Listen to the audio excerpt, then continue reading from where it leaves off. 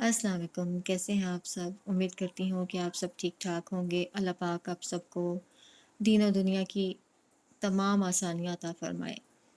اگر آپ لوگ میرے چینل پر نیو ہیں تو پلیز میرا چینل سبسکرائب کر دیں، ویڈیو کو لائک کر دیں، کامنٹ کر دیں، شیئر کر دیں۔ تو آئیے چلیے شروع کرتے ہیں اسرے یسریٰ کی ایپیسوڈ نمبر 2۔ شام کا اندھیرا دھرتی پر پھیل چکا تھا، دیوار گیر کھڑکیوں کے پردے ڈوریوں میں بندھے ہوئے تھے۔ 15ویں کا پورا چاند اس کے عقب میں تھا۔ وہ کچھ دیر پہلے مسز شیرازی کے ہمراہ گھر پہنچی تھی اور اب ڈریسنگ ٹیبل کے سامنے کھڑی کچھ بے دردی اور جھنجھلاہٹ سے اپنی جویلری اتار رہی تھی۔ آنکھوں میں نمی تھی، چہرہ شدت جذبات سے سرخ ہو رہا تھا۔ ولیمہ ریسیپشن کے دوران وہ کتنی پر اعتماد رہی تھی اور اب جب تنہائی میسر ہوئی تھی تو کیسے ٹکڑے ٹکڑے ہو رہی تھی۔ زندگی پھولوں کی سیج کسی کے لیے بھی نہیں ہوتی جنت، مسز شیرازی نے کچھ دیر پہلے اسے پاس بٹھا کر کہا تھا۔ نئے ماحول، نئے رشتوں میں ایڈجسٹ ہونے میں کچھ وقت لگتا ہے۔ وہ وقت تحمل مزاجی کی طلب رکھتا ہے، صبر چاہتا ہے۔ پھر اس کا ہاتھ تھام کر اپنے ہاتھوں میں لے کر محبت سے اس کی آنکھوں میں دیکھا تھا۔ دنیا کا سب سے حسین اور شفاف جذبہ محبت کا ہے۔ اس جذبے میں صلاحیت ہے نفرت کی ہر چٹان کو پاش پاش کر دینے کی۔ جنت کی آنکھوں میں ایک کرب ٹھہرا تھا، وہ اس کی مسکراہٹ سے الجھا تھا، اس کے چہرے پر بکھرا تھا۔ گویا مسز شیرازی جانتی تھی اپنے بیٹے کو، اچھی طرح سے سمجھتی تھیں اسے۔ تمہاری فارس سے شادی میری وجہ سے نہیں ہوئی ہے، نہ ہی تمہاری خالہ کی وجہ سے۔ یہ تمہارا نصیب ہے جو تمہیں یہاں لایا ہے۔ بات گھوم پھر کر ایک بار پھر اس کے نصیب تک آ گئی تھی۔ ہر بار یہ لفظ اسے ڈرا دیتا تھا، ہر بار یہ سچائی اسے تڑپا دیتی تھی۔ اگر اب بھی نصیب ہی یہاں لایا تھا تو؟ وحشت کا سانپ گردن سے لپٹا تھا، ذات کے آئینے پر پتھر برسے تھے، وہ ٹکڑے ٹکڑے ہو کر بکھر گئی تھی۔ نصیب، الجھے منتشر خیالات کے ساتھ اس نے سر اٹھا کر آئینے میں اس جنت کو تلاشا جو دلہن تھی، مگر اس کے سامنے جو کھڑی تھی وہ تو کچھ بھی نہ تھی۔ قدموں کی آہٹ کے ساتھ کمرے کا دروازہ کھل گیا تھا، اس کی جھمکی اتارتی انگلیاں ساکت ہوئی تھیں۔ بے ساختہ نظر اٹھا کر اس نے آئینے میں فارس کو ہی دیکھا تھا۔ ٹائی کی نوٹ ڈھیلی کرتا، کوٹ اتار کر سٹینڈ پر لٹکاتا، اب وہ بیڈ پر بیٹھ کر اپنے جوتے اتار رہا تھا۔ رسٹ واچ کف لنکس اس نے سائڈ ٹیبل پر رکھ دیے تھے۔ وہ عجلت میں اپنے کام کر رہا تھا اور جنت ڈریسنگ ٹیبل کے سامنے پتھر ہوئی اپنے جھمکوں میں ہی اٹکی کھڑی تھی۔ وہ فارس وجدان کو دیکھ رہی تھی اور فارس وجدان نے بھولے سے بھی ایک نگاہ غلط اس پر نہیں ڈالی تھی۔ بے ساختہ ہی کوئی منظر ذہن کے پردوں پر لہرایا تھا، یکایک اس کی اذیت بڑھ گئی تھی۔ حال آئینہ بن کر ماضی کا عکس دکھلائے تو اذیت بڑھ ہی جاتی ہے۔ یہ احساس کتنا اذیت ناک ہوتا ہے کہ آپ موجود ہوں اور کوئی آپ کو عدم کر دے، آپ ماورائی ہو جائیں، نظر ہی نہ آئیں۔ کوئی خیال چوٹ بن کر ذہن میں اترا تھا، آنکھیں جل اٹھی تھیں۔ کپڑے بدل کر وہ اٹیچڈ باتھ روم سے باہر آ گیا تھا، سیاہ ٹراؤزرز پر سفید رنگ کی ڈھیلی ڈھالی سی شرٹ میں ملبوس وہ اپنے عام سی حلیے میں بہت جاذب نظر آ رہا تھا۔ اپنے اطراف سے یکسر بے نیاز، اس نے کمرے کی ہیڈ لائٹس آف کر دی تھیں۔ اب صرف نیلگوں بلب ہی تھا جو اندھیرے میں مدھم سی روشنی کا تاثر دے رہا تھا۔ موبائل چارجنگ پر لگائے وہ سونے کے لیے لیٹ چکا تو خود پر طاری اس جمود کو توڑتے ہوئے جنت نے مڑ کر براہ راست اسے دیکھا۔ اب آئینے کا سہارا درکار نہ تھا۔ یہ تمہارا نصیب ہے جو تمہیں یہاں لایا ہے۔ حلق میں ابھرتی گلٹی کو بمشکل نیچے اتارتے اس نے اٹیچڈ باتھ روم کا رخ کیا۔ کپڑے تبدیل کر کے وہ کافی تاخیر سے باہر آئی تھی۔ صوفے پر بیٹھ کر روئی روئی سی سرخ متورم آنکھوں کے ساتھ کچھ دیر تک وہ اسے ہی دیکھتی رہی تھی۔ نصیب، سفید شال خود پر پھیلائے وہ سسکتے ہوئے صوفے پر نیم دراز ہو گئی۔ کچھ تھکاوٹ کا اثر تھا اور کچھ گزشتہ شب کی بے خوابی تھی کہ آنکھیں بند کرتے ہی اسے نیند نے آ لیا تھا اور ایک بار پھر وہ اس بے رحم رات کے آہنی شکنجوں میں جکڑی گئی تھی جو باوجود کوشش کے بھی اس کے ذہن سے نکلتی نہیں تھی۔ گھر میں داخل ہوتے ہی سائرہ نے سر اٹھا کر اپنے بیٹے کو دیکھا جو نڈھال قدم اٹھاتا ان کے سامنے آ کر رک گیا تھا۔ آنکھیں سرخ و متورم سی تھیں، چہرہ سرخ ہو رہا تھا۔ سدرا ایک نظر بھائی پر ڈالتی تیز تیز قدم اٹھاتی اندر چلی گئی تھی، مگر سائرہ ایسا نہیں کر سکی تھی۔ میں سمجھ رہا تھا اسے سزا مل چکی ہے، مگر اس کی سزا تو جیسے اب شروع ہوئی ہے مما۔ عمار، سائرہ کا لہجہ کاٹ دار ہوا تھا، آنکھیں غم و غصہ سے پھیلی تھیں۔ جنت کا ولیمہ اٹینڈ کر کے ابھی وہ کچھ دیر پہلے ہی لاہور پہنچی تھیں اور ابھی سے عمار کا یہ رویہ اور باتیں انہیں اشتعال دلا گئے تھے۔ فارس وجدان کی بیوی ہے اب وہ، شیرازی خاندان کی بہو۔ ان کا لہجہ دو ٹوک تھا۔ اسی فارس وجدان کو سدرا کا رشتہ کیوں نہیں دیا آپ نے؟ سدرا نے بے ساختہ مڑ کر اپنے بھائی کو دیکھا۔ دیوانہ تھا وہ جنت کے لیے، اب اس کی دیوانگی نے جیسے ہر حد پار کر لی تھی۔ اپنے بھی اسے اب دشمن نظر آنے لگے تھے۔ مسز شیرازی نے اس فارس کے لیے صرف جنت کا ہاتھ مانگا تھا۔ سائرہ نے تحمل سے ایک بار پھر اپنے بیٹے کی غلط فہمی دور کرنے کی کوشش کی تھی۔ وہ اسے سمجھا سمجھا کر تھک گئی تھی اور وہ تھا کہ کچھ سمجھنے کو تیار ہی نہ تھا۔ اگر وہ سدرا کا ہاتھ بھی مانگتی تو میں پورے وثوق سے کہہ سکتا ہوں کہ آپ انکار کر دیتی۔ سائرہ نے لب بھیج کر اپنے بیٹے کو دیکھا۔ شاید آپ بھول رہی ہیں کہ اس کے متعلق کس طرح کی خبریں گردش کرتی رہی ہیں۔ وہ صرف افواہیں تھیں، فارس ایسا نہیں ہے۔ عمار ہنس دیا، اس کی ہنسی بھی طنزیہ تھی۔ پیشانی مسلتے ہوئے الجھے بکھرے بالوں میں ہاتھ چلاتے ہوئے وہ جیسے ضبط کے مراحل پر تھا۔ شیرازی خاندان کو دھوکہ دے کر آپ کیسے مطمئن ہیں مما؟ میری سمجھ سے باہر ہے۔ عمار، اب کہ انہوں نے سخت پتھریلی نگاہوں سے دیکھا تھا، تمہیں میری بھانجی کے معاملے میں پڑنے کی ضرورت نہیں ہے، وہ اب شادی شدہ ہے۔ بٹھا لو یہ بات اپنے دماغ میں کہ وہ اب کسی کی عزت ہے۔ اس نے جو کچھ بھی کیا ہے اسے زیر بحث لانے کی ضرورت نہیں ہے۔ وہ اس کا ماضی تھا، میں اس کی پرسنل لائف میں مسز شیرازی کے سامنے کھولنے کا کوئی حق نہیں رکھتی تھی، اور نہ ہی انہوں نے مجھ سے اس حوالے سے کوئی سوال پوچھا تھا۔ انہوں نے ایک لمحے کا توقف کرتے ہوئے دوبارہ اس کی آنکھوں میں دیکھا۔ میں نے جو بھی فیصلہ کیا ہے سوچ سمجھ کر کیا ہے۔ تمہارے دماغ میں یہ جو محبت کا چند روزہ بھوت سوار ہے یہ اترے گا تو تمہیں سب سمجھ میں آ جائے گا۔ ہاں، میں تو جیسے بچہ ہوں، پاگل ہوں، ناسمجھ ہوں۔ زیر لب بڑبڑاتے ہوئے وہ شدید غصے کے عالم میں میز کو ٹھوکر مارتا گھر سے نکل گیا تھا۔ سائرہ بے بسی سے اسے جاتا دیکھ کر رہ گئی تھی۔ صبح جتنی روشن، صاف اور چمکدار تھی، اس کے اندر کی دنیا اتنی ہی تاریک، ویران اور سنسان سی تھی۔ سرخ رنگ کا قدرے ہلکے کام والا نفیس جوڑا زیب تن کیے وہ ڈریسنگ ٹیبل کے سامنے کھڑی کچھ بے دلی سے اپنے بال بنا رہی تھی جب دروازے پر دستک ہوئی تھی۔ کم ان، اس نے ہمت مجتمع کر کے کہا تھا۔ دروازہ کھل گیا، ملازمہ سامنے کھڑی تھی۔ بیگم صاحبہ، آپ کا ناشتے پر انتظار کر رہی ہیں۔ میں آ رہی ہوں۔ فریش نظر آنے کے لیے لائٹ سا میک اپ کیے دوپٹہ سلیقے سے سیٹ کر کے وہ نیچے آ گئی تھی۔ ڈائننگ ہال میں مسز شیرازی ویل چیئر پر فارس وجدان کے ہمراہ موجود تھیں۔ انہوں نے براؤن رنگ کا سادہ سا لباس زیب تن کر رکھا تھا۔ سفید رنگ کی بڑی سی شال کندھوں پر تھی، میک اپ اور جویلری سے آری وہ اس روپ میں بھی بہت اچھی لگ رہی تھیں۔ ان کی آنکھیں بہت نرم سا تاثر دیتی تھیں اور لبوں پر بکھری شفیق اور مہربان سی مسکراہٹ سیدھا دل میں اترتی تھی۔ السلام علیکم۔ مشترکہ سلام کر کے وہ بھرپور اعتماد کے ساتھ مسز شیرازی کے پاس آ گئی تھی۔ انہیں سلام کیا تھا، اس نے دعا بھی لی تھی اور جب جھکی تھی تو انہوں نے بہت پیار سے اس کی پیشانی کا بوسہ بھی لیا تھا۔ پھر انہوں نے ہاتھ پکڑ کر اسے اپنے برابر میں ہی بٹھا لیا تھا۔ فارس وجدان اس کے عین سامنے جھکے سر کے ساتھ اپنے ٹیبلٹ کی اسکرین پر ہیڈ لائنز دیکھ رہا تھا۔ ناشتہ شروع کر دیا گیا۔ دیسی اور بدیسی ناشتے کے لوازمات سے سجی ٹیبل سے مختلف ڈشز اٹھا اٹھا کر مسز شیرازی اس کے سامنے رکھنے لگیں۔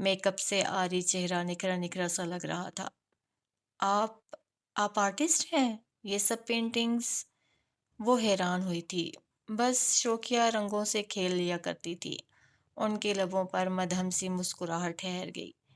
شوقیہ اور کھیل، یہ کسی پروفیشنل آرٹسٹ کا کام ہے آنٹی۔ جنت سراہے بنا نہ رہ سکی۔ کمال کی آرٹسٹ تھی مسز شیرازی۔ قدرتی مناظر کو دیکھ کر اصلی تصویروں کا گمان ہو رہا تھا۔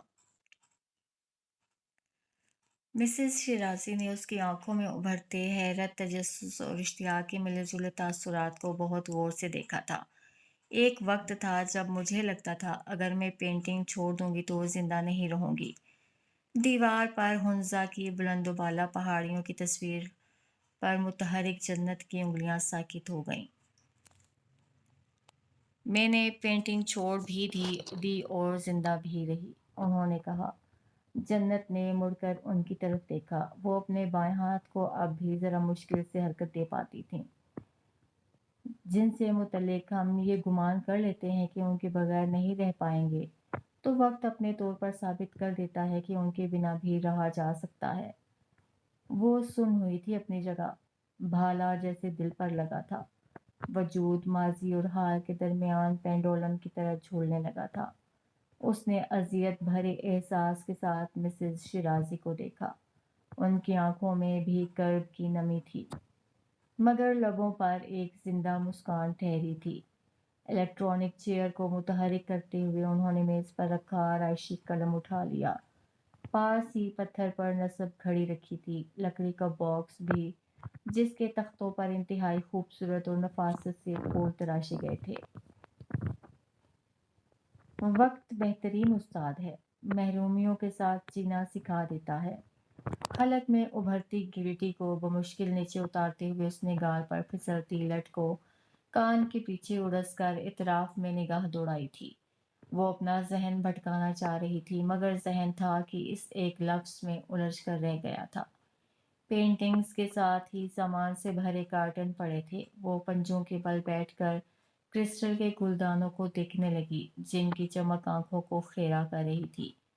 پاس ہی ایک اور باکس پڑا تھا، ارد کھلا ہوا۔ وہ جھک کر اس کارڈ کو دیکھنے لگی، جس پر تیسری کلاس کے فارس وجدان کی پہلی پوزیشن سٹارز اور سٹیکرز کے درمیان جگمگا رہی تھی۔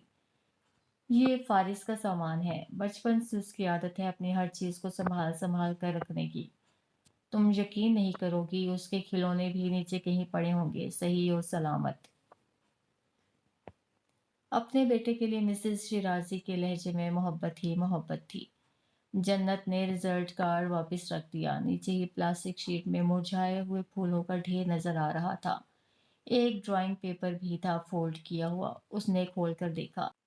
گیٹ ویل سون، بچے کی لکھائی میں بڑا بڑا لکھا تھا۔ مسز شیرازی نے ڈور کھینچ کر دیوار گیر کھڑکیوں پر سے پردے ہٹا دیے تھے۔ کمرہ مزید روشن ہوا تو دیوار کے پاس گول میز پر سیدھی رکھی فریمڈ پینٹنگز اسے اپنی جانب متوجہ کر گئیں۔ پرفیکٹ، اس کے لبوں سے بے اختیار نکلا تھا۔ مسز شیرازی نے اسے مسکرا کر دیکھا۔ سب سے آخر میں زرکار فریم والی بڑی پینٹنگ رکھی تھی۔ بے حد احتیاط سے اسے سیدھا کیا۔ وہ کچھ مبہوت ہو کر دیکھنے لگی تھی۔ وہ قرآن کی ایک آیت تھی جسے سیاہ پینٹنگ پیپر پر قدرتی مناظر کی جھلکیوں میں انتہائی خوبصورتی اور مہارت سے لکھا گیا تھا۔ اِنَّ مَعَ الْعُسْرِ یُسْرًا۔ تمام حروف مختلف مناظر خود میں سموئے ہوئے تھے۔ پھول، آسمان، خزاں رسیدہ درخت، خاردار جھاڑیاں اور ہرے بھرے درختوں کے جھنڈ، وسیع سبززار۔ العسر لفظ میں خزاں کا منظر تھا، نوکیلے سیاہ درخت، کانٹے دار خاردار جھاڑیاں، اور اس سے آگے یسرا، سرسبز پھولوں، ہرے بھرے درختوں اور وسیع سبززار کی جھلک دکھلاتا ہوا۔ مگر یسرا کا لفظ کا الف مختلف تھا، حجم میں بھی، لکھائی میں بھی۔ حرف الف آسمانی رنگ کا آسمان کی ہی طرف اٹھا، لہلہاتے بادلوں کی خوبصورت جھلک دکھلا رہا تھا۔ پوری آیت ایک ہی لکھائی، ایک ہی انداز میں تھی، آؤٹ لائن بھی ایک ہی رنگ، مگر الف جو آسمان کی جھلک دکھلاتا تھا وہ سب سے الگ اور سب سے نمایاں اور سب سے منفرد تھا۔ جنت کافی دیر تک ریئلسٹک انداز میں بنائے گئے ان مناظر کو حروف کے اتار چڑھاؤ اور سیاہ بیک گراؤنڈ پر سنہری روشنی کی طرح ابھرتی اس آیت کو دیکھتی رہی۔ میں بھی یہی چاہتی تھی کوئی اسے دیکھے، پھر دوبارہ دیکھے اور تب تک دیکھتا رہے جب تک اس کا راز نہ پالے۔ راز؟ اس نے چونک کر مسز شیرازی کو دیکھا تھا۔ کیا آرٹسٹ بھی اپنی پینٹنگز میں راز چھپاتے ہیں؟ مسز شیرازی مسکرا دیں۔ وہ راز میرا نہیں، اس آیت کا ہے، اس آیت میں ہی چھپا ہے۔ جنت کی آنکھوں میں ایک غیر مبہم سا تاثر آ کر ٹھہر گیا۔ قرآن کی ہر آیت ایک جواب ہے اس سوال کا جو انسان کے اندر اٹھتا ہے۔ جواب اس وقت تک سمجھ میں نہیں آ سکتا جب تک سوال سمجھ میں نہ آئے۔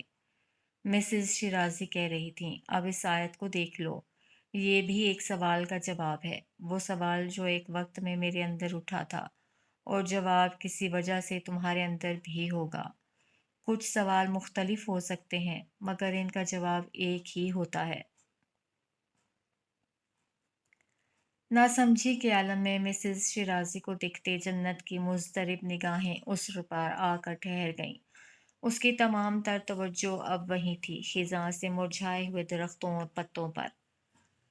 آزمائش کی وادیوں میں بھٹکتے ہر انسان کو اس آیت پر غور کرنا چاہیے، ہر مریض کو، ہر سقیم کو، ہر علیل کو، وہ کہہ رہی تھیں۔ فریم پر جنت کی مخروطی انگلیوں کی گرفت یکایک مضبوط ہوئی تھی۔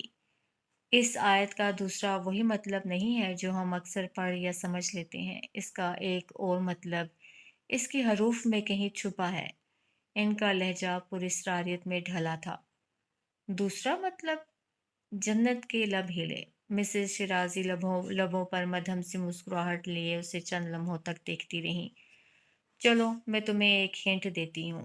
میں نے جان بوجھ کر یسرا کے الف کو نمایاں کیا ہے تاکہ میری طرح کسی کو دقت کا سامنا نہ ہو اور اسے آغاز پکڑنے میں کچھ آسانی ہو۔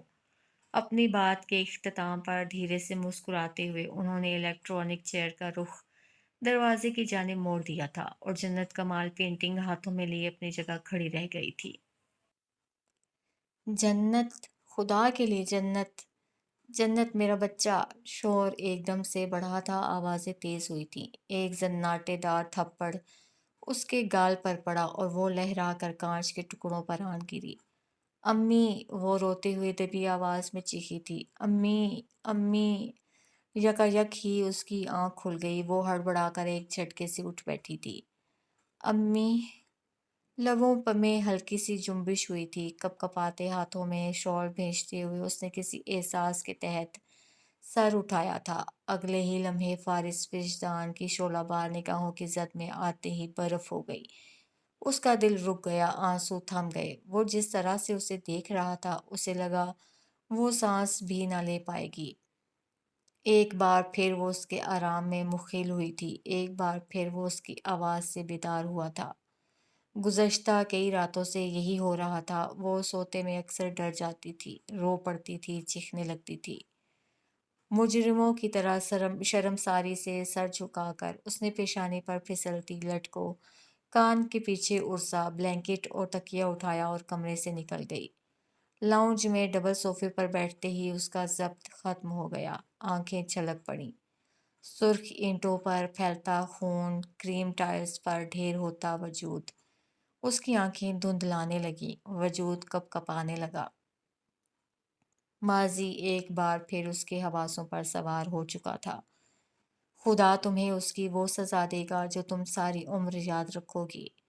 شور ایک بار پھر اٹھا تھا، آواز سماعتوں میں ہتھوڑے کی طرح لگی تھی۔ پیشانی گھٹنوں پر ٹکائے وہ ہچکیاں لے کر رونے لگی۔ آہٹ کے ساتھ کمرے کا دروازہ جھٹکے سے کھل گیا تھا۔ عجلت میں آنسو پونچھتے اس نے بے اختیار سر اٹھایا تھا۔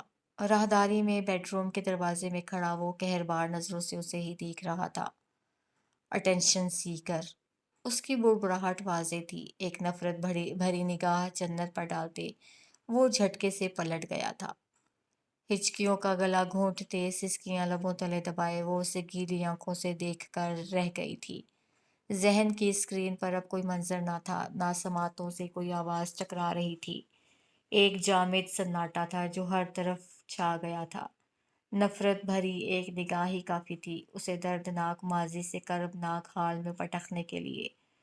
یہ تمہارا نصیب ہے جو تمہیں یہاں لایا ہے۔ تاریکی میں عکس روشن ہوا، آئینے میں دراڑیں پڑ گئی تھیں، موازنہ شروع ہو چکا تھا، دو چہرے ایک ہو گئے تھے، اذیت پن پھیلائے وجود سے لپٹ گئی تھی۔ دنیا کا سب سے حسین اور شفاف جذبہ محبت کا ہے۔ اس جذبے میں صلاحیت ہے نفرت کی ہر چٹان کو پاش پاش کر دینے کی۔ محبت بہت بھاری اور مشکل تھا یہ لفظ اس کے لیے، جو لبوں سے ادا ہوتا تھا، نہ خوشی کا احساس دلاتا تھا، جو امید جگاتا تھا، نہ یقین دلاتا تھا۔ محبت آئینہ سامنے تھا، آئینہ واضح تھا، جنت نے آنکھیں میج لی، لب بھینچ لیے۔ گزشتہ کئی راتوں کی طرح وہ رات بھی اس نے آنکھوں میں ہی کاٹی تھی، اور دل ماضی کے اژدہوں سے لپٹا ساری رات روتا رہا تھا۔ وہ فارس وجدان کے لیے عدم تھی، ماورائی نہ نظر آنے والی ایک ایسی تخلیق جس کے ہونے نہ ہونے سے اسے کوئی فرق نہیں پڑتا تھا۔ فرق پڑتا بھی تو کیوں؟ کیا وہ اس کی مرضی و منشا سے اس گھر میں لائی گئی تھی؟ نہیں، ہرگز نہیں۔ تو فرق پڑتا بھی تو کیوں؟